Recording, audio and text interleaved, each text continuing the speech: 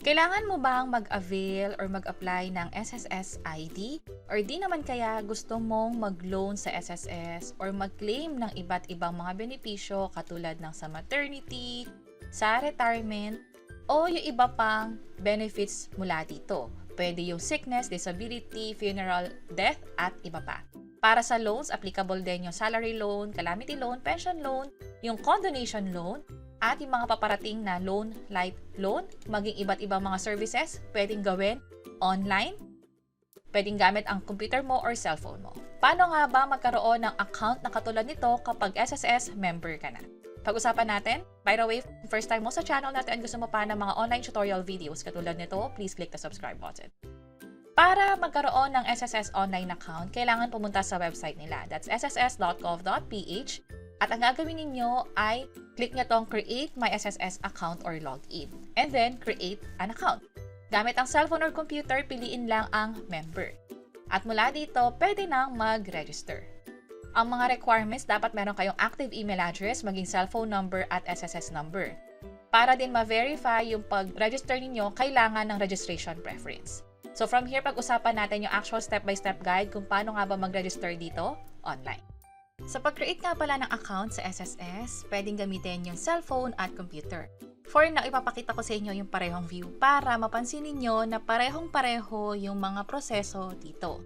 And then later on, computer na gagamitin natin para mas maging malaki yung view, mas magiging ideal siya for tutorial. 4 na steps ang pagdadaanan natin. Yung account details, fill upan natin yung mga information dito sa bandang baba. And then, yung personal information naman and address na din. Next naman, i-review at i-complete na natin. At kung mapapansin nyo, pareho lang yung view sa computer at sa cellphone.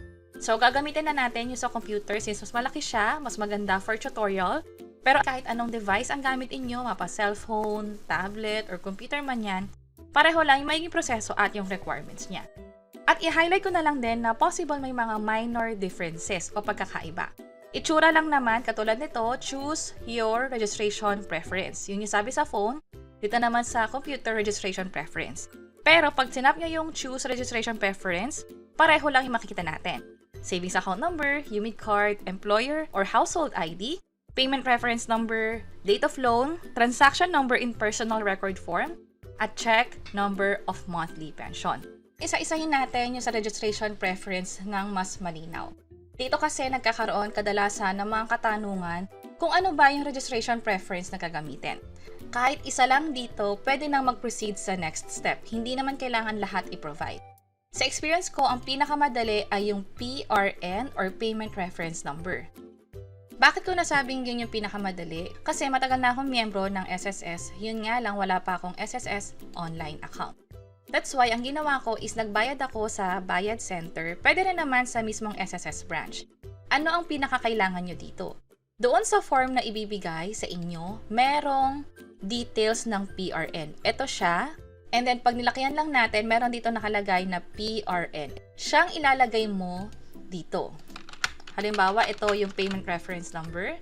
Pero ninawin ko lang na yung PRN, ito yung nag-contribute na kayo o naghulog kayo sa SSS at binigyan kayo ng proof of payment or parang resibo at yun yung kukunin yung information.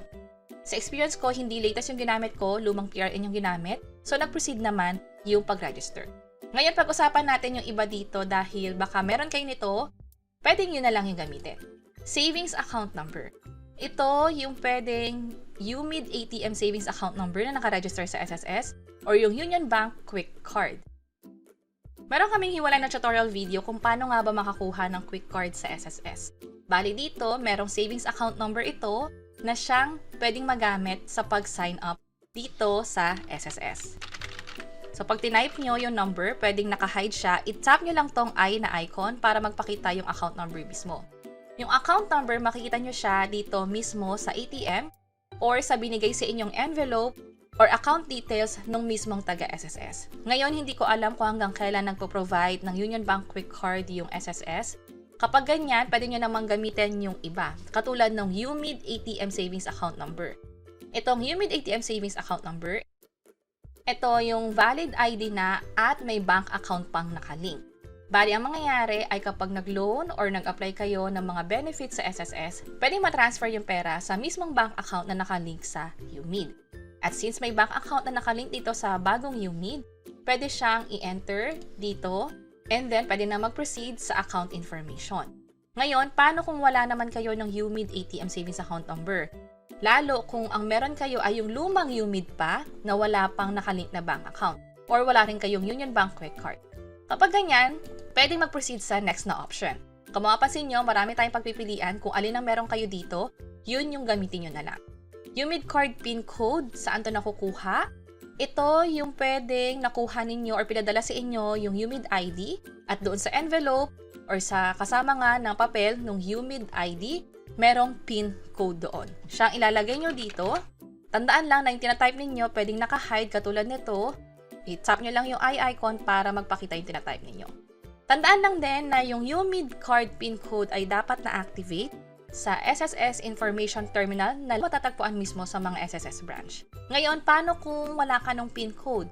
Yung pangalawang option yung piliin mo. Yung mother's maiden name na nakalagay dun sa E6 so nag-apply ka ng UMID application form. So, ilagay mo lang dito yung pangalan ng nanay mo nung dalaga pa. Halimbawa, ito. And then, pwede na mag-proceed sa account information. Kung mapapansin nyo, dito sa UMID card, kahit isa lang ang pwedeng i-provide, pwede na. Nakalagay dito or, kung may PIN code ka, pwede. Pero kung wala, pwede rin naman ang maiden name. So, bago tayo mag-provide na account information, daanan natin very quick yung the rest. Yung employer or household ID. Kung sakaling meron kang boss na silang naguhulog ng SSS, contribution mo o kinakaltas sa'yo, ilagay mo dito yung employer ID or household ID. Lapitan mo na lang sila at tanongin kung ano nga ba yung ID nila or yung employer ID nga para pwede ka na mag-proceed sa registration. So, isa to sa pinakamadali, lalo kung matatanong mo na agad o makukuha mo yung information na to sa boss mo. Yung sa PRN, katulad ng sabi natin kanina, dapat makuha mo ito doon sa proof of payment mo or proof of contribution. Katulad nito, may PRN, siyang ilalagay mo na dito. Kadalasan, pwede mag-start yan sa letter and then yung numbers na. I-make sure lang na tama yung information na pinaprovide para hindi magkaroon ng error. Ngayon naman yung date of loan. Pwede ba dito yung mga dati pang loan? Hindi. Dapat existing loan balance. Ibig sabihin, kasalukuyan mong hinuhulugan or hindi pa natatapos yung loan na to sa SSS. Pag ganyan, piliin na lang din yung date, katulad nito, and then proceed na sa account information. Yung last two option, yung transaction number in personal record form. Personally, hindi ko pa to na-try, pero kung meron kayo ng mga application form nyo sa SSS o yung kopya ng kahit na anong form na galing sa SSS mismo, nung pumunta kayo sa branch, pwede nyo ilagay yung transaction number dito. Kapag ganyan, ilagay nyo lang yung number and then proceed na sa account information. Lastly, check number of any monthly pension. Ibig sabihin, kasalukuyan nakaka-receive na ng pension, pero ang nakukuha nyong pension ay through check o cheque. Kung ano man yung check number na yon, ilagay nyo lang din dito para makapag-proceed na sa next information. So, yun yung sa registration preference. By the way, kung may mga additional question pa kayo, meron kaming ginawang tutorial video tungkol sa registration preference. Katulad nito, pinakita kung paano nga ba magkaroon ng registration preference online lang. Ang ginamit namin dito ay yung PRN na siyang nakakuha kami gamit yung website ng MyEG. Kung mapapansin nyo sa government services, meron ditong SSS Loans Contributions Online Payment. Hindi ko na kailangan lumabas, hindi na kailangan pumunta sa SSS branch or sa Bayad Center para magbayad online. From here, pwede kang mag-generate ng PRN by clicking this link at pwede mag-proceed sa payment at kung ano man yung makukuha mong PRN, katulad nito, payment reference number, siya namang i-enter mo dito sa SSS registration under payment reference number. So, pinakita ko sa inyo yung iba't ibang option at yung para sa akin ay yung pinaka-nagamit ko kung sakaling wala ako nitong the rest. At nakuha ko nga yan online lang gamit yung website ng MyEG. Pinakita rin namin dito sa hiwalay na tutorial video kung paano mag-register at kung paano na rin magbayad. Pwede nyong i-check kung sakaling nahihirapan kayo sa registration preference dito sa SSS online registration. And now, dahil meron na tayong registration preference, kadalasan ito yung may pinakamaraming tanong. This time, proceed na tayo sa account information. Ang hihingin sa inyo ay yung CRN or SSS number. Kung mapapansin nyo, dapat existing SSS member na kayo, meron na kayong SSS number kasi yun yung kailangan nyo i-provide para mag-proceed sa online registration. Just in case na wala pa kayong SSS number, stop nyo muna tong video na to, hindi ito yung kailangan nyo. Instead, dapat kumuha muna kayo ng SSS number. At meron kaming ginawang hiwalay na tutorial video kung paano nga ba kumuha nito. Online lang din. So, pwede nyo lang i-check itong video na to para makakuha ng SSS number na siyang kailangan for SSS online registration. From here, na-provide ko na yung SSS number, yung cellphone number na din. Dapat active ito kasi makaka-receive ng OTP. Also, sa email address, dapat active din kasi makaka-receive kayo ng activation link naman. Next naman ay yung preferred user ID, 2 beses siya itatype. Also, yung password. Yung user ID, siya na yung gagamitin natin every time na mag-login tayo dito sa SSS Online. User ID and password and then sign in na lang. Ito yung direction for preferred user ID. Dapat 8 to 20 characters, mag-i-start sa letter, at dapat alphanumeric, ibig sabihin combination ng letters and numbers, at walang special character maliban na lamang sa underscore. Ito yung halimbawa. So, pag tinatype ko siya, automatically nagiging big letter. Ito yung napili kong user ID. And then, itatype ko lang siya ulit dito. Dapat mag-match siya. And then, password naman. Sa password, 8 to 20 characters, merong small letter, big letter, number, at special character. Dahil hindi natin nakikita yung password, mag-ingat sa pag-type, dapat mag-match siya. Katulad nito. At kapag okay na, meron na tayong registration preference, meron ng account information, i-click na lang tong next na button. Step 2 na tayo kung saan hihingin na yung complete information. Katulad ng complete name ninyo, birth date na din. Tandaan na dapat yung detalye na nilalagay mo rito ay mag-match sa SSS records mo. Kapag nagkaroon ng error na mismatch or hindi tama sa SSS record mo, kailangan ipa-update mo muna yung record mo sa SSS. Next, yung mailing address naman. Ito yung ilalagay natin. Metro Manila or province ba? Halimbawa, Metro Manila, and then kompletuhin lang yung the rest, yung city, barangay, at yung postal code na din. Naka-drop down naman yung mga city or barangay, so mas madali na siyang piliin mula dito. At yung foreign address naman, hindi naman to required, pero kung sakaling nasa ibang bansa na kayo, ilagay nyo na rin yung foreign address dito. Pero kung wala, leave this blank, and kapag okay na lahat, i-click lang tong next. Step 3 na, ito na yung madali, yung 3 and 4 kung saan i-review nyo lang lahat na information. Sa pinakababa, i-check nyo lang tong I accept, terms of service, at click create account. At mula dito, maghintay na lang ng OTP na ipapadala sa phone ninyo. Meron kayong 5 minutes para i-enter yon. Ito nga pala yung halimbawa ng text na receive from SSS. Ito yung OTP na kailangan natin, na siya ang i-enter naman dito, and then click proceed. Step 4, confirm na. Nakapag-register na tayo sa SSS successfully, pwede na tayong mag-login gamit yung user ID and password. By the way, i-check nyo nga rin pala yung email na ipapadala sa inyo ng SSS para i-activate yung link.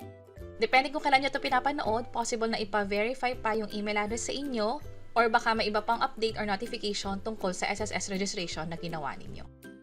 This time, try na nating mag-login gamit yung user ID and password. Kapag na-enter na yung user ID and password sa SSS, hintayin ulit ang OTP na ipapadala sa phone ninyo. I-click itong Get PIN at i-enter dito yung code na yon. At ito na yung SSS online account. Hindi pa tayo tapos sa pag-register dahil kailangan natin mag-set up ng security question and answer. Para saan ito? Para kung sakaling nakalimutan natin yung password sa SSS, pwedeng ma-reset yon by answering yung mga security question na tayo rin yung nakakaalam na sagot. Pipili lang tayo ng isa sa mga tanong dito, and then ilagay nyo rito yung sagot. Kung ano yung sagot nyo rito, halimbawa small letter lahat or big letter lahat, ganon na ganon nyo rin sasagutin siya next time na itanong to sa inyo. Tandaan, itatanong to sa inyo kung sakaling kailangan nyo i-reset yung password niyo. 2 security question yung pipiliin at 2 sagot din ang kailangan i-provide. Click natin yung submit. Choose authentication. So, ang option lang natin for now is SMS. Magpapadala ulit ng OTP sa phone. Meron tayong 5 minutes para sagutan ito. Hintayin ang code at i-enter siya dito. I-tap or i-click ang proceed. So, na-set up na natin siya successfully. Go to homepage na tayo. Every time mag-login kayo sa SSS, makikita nyo tong data privacy notice. So, scroll down lang sa baba, i-click itong I agree, at ito na yung SSS online account. Para sa mga next na login ninyo, kailangan nyong mag-sign in gamit na yung user ID and password. Halimbawa, sa same website, sss.gov.ph, login tayo, and then ilagay dito yung kakagawa lang na user ID at password nga. Click ko yung sign in. Ito yung kaibahan kumpara sa dati nating pag-sign in o yung first time pag-sign in. Matatandaan na kanina, nag-set up tayo ng security question. This time naman, kapag magka-sign in, kailangan mag-login with OTP na ma-receive via SMS. Itong nakikita nyong time-based password, na-setup ko na kasi to after kong mag-register sa SSS. Pwede nyo na itong i-set up, optional lang naman. Pero ang ginagawa nito ay hindi na kailangan maka-receive ng text. Practical to para sa mga OFW na wala na sa kanila yung SIM card nila sa SSS or mahina yung signal para maka-receive ng text. Sa time-based password, gamit lang yung Google Authenticator app, pwede nang makapag-sign in. For now, ito yung makikita nyo, one-time PIN through SMS. Pag kinlik nyo yung get PIN, hihingan kayo ng OTP. Pareho lang siya sa time-based kung saan 6-digit code yung kailangan nyo i-enter. Linawin ko lang na isa lang dito pwede na, hindi kailangan time-based na one-time PIN pa through SMS. Isa lang piliin nyo dyan, pwede mag-proceed sa pag-login, parehong code ang i-enter, ang kaibahan lang, dito galing sa Google Authenticator, dito naman galing sa text ng SSS. At kung napansin nyo, data privacy notice ulit, I agree lang lagi. Ito na yung SSS online account. Ang pinakamaganda rito ay makikita mo yung contributions mo. Lalo kung nag-apply ka ng loan, ng benefits, madadouble check mo kung qualified ka ba based na rin sa mga naging contribution mo sa SSS o kung kailan ka ba naghulog. Also, kung kinakaltasan ka sa SSS or naguhulog ka ng contribution, pwede mong ma-double check dito kung on time ba yung pagpasok ng SSS contribution mo. For voluntary members naman, pwede nyo i-double check kung nung nagbayad ba kayo ay nag-reflect din kaagad. So marami pang pwedeng i-explore dito sa SSS. Ang pinakamaganda dyan, hindi na kailangan pumunta sa branch, makakapag-avail na ng mga services, yung loans, yung mga claims. Also, pag-enroll ng bank account, para nga nang pag nag-enroll ka or nag-apply ka ng loan or benepisyo, matatransfer na siya sa bank account na gusto mo. Meron kaming ginawang hiwalay na tutorial video tungkol dyan, yung pag-apply ng mga loan, benefits, disbursement account. Pwede nyo nang i-check yung page or channel namin. Sana makatulong. See you sa mga next videos. Bye-bye!